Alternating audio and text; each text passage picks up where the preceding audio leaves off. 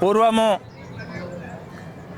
చిదునపల్లి గ్రామ పంచాయతీ పరిధిలోని బొప్పారం గ్రామంలో గత 50-60 సంవత్సరాల క్రితము మా తాతయ్య మరియు నాయనమ్మ గారులు ఊర సావిత్రిదేవి కమల మనోహర్ రావు గారు ఈ బొప్పారం గ్రామంలో ఈ ప్రాంతంలో ఎక్కడ రామాలయం లేదు అని ఈ ప్రాంత ప్రజల కోరిక మేరకు ఈ బొప్పారం గ్రామంలో గత 50-60 సంవత్సరాల క్రితమే రామాలయాన్ని నిర్వహించడం జరిగింది.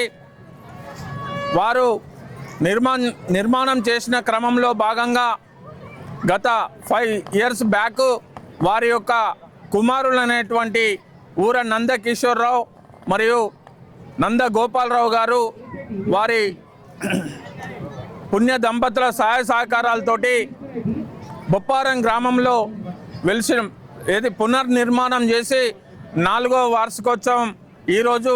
గతంలో ఇది జూన్ మాసంలోనే కళ్యాణం జరుపుతూ ఉండేది.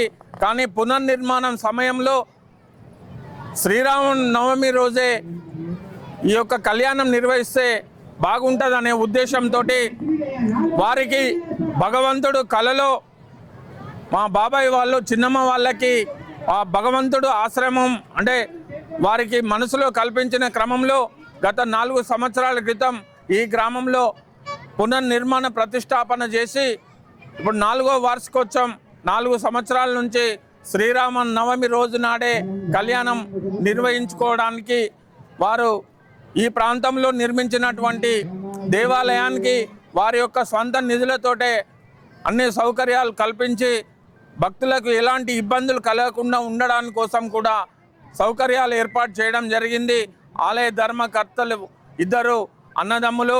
వారికి ఈ ప్రాంత ప్రజల పక్షాన ఈ ఉమ్మడి గ్రామ పంచాయతీ చిదునపల్లి అయితేనేమి, ప్రతాపగిరి గ్రామ పంచాయతీ ప్రజలు, కాటారం మండలం కాటారం గ్రామ పంచాయతీ నుంచి సుదూర ప్రాంతాల నుంచి కూడా మహాదేవ్పూర్ నుండి కూడా ఈ యొక్క ఎందుకంటే సమీపంలో బొమ్మాపూర్ టెంపుల్లో కళ్యాణం ఉన్నప్పటికీ కూడా మహాదేవ్పూర్ గ్రామానికి చెందిన వారు కూడా ఈరోజు బొప్పారం గ్రామంలో నిర్వహిస్తున్నటువంటి కళ్యాణ మహోత్సవానికి విచ్చేసినటువంటి భక్తులకు, అశేష జనవాహినికి ఈ ప్రాంత ప్రజల పక్షాన వారికి శ్రీరామనవమి తరఫున ప్రత్యేక శుభాకాంక్షలు, ధన్యవాదాలు తెలియజేస్తా ఉన్నాను.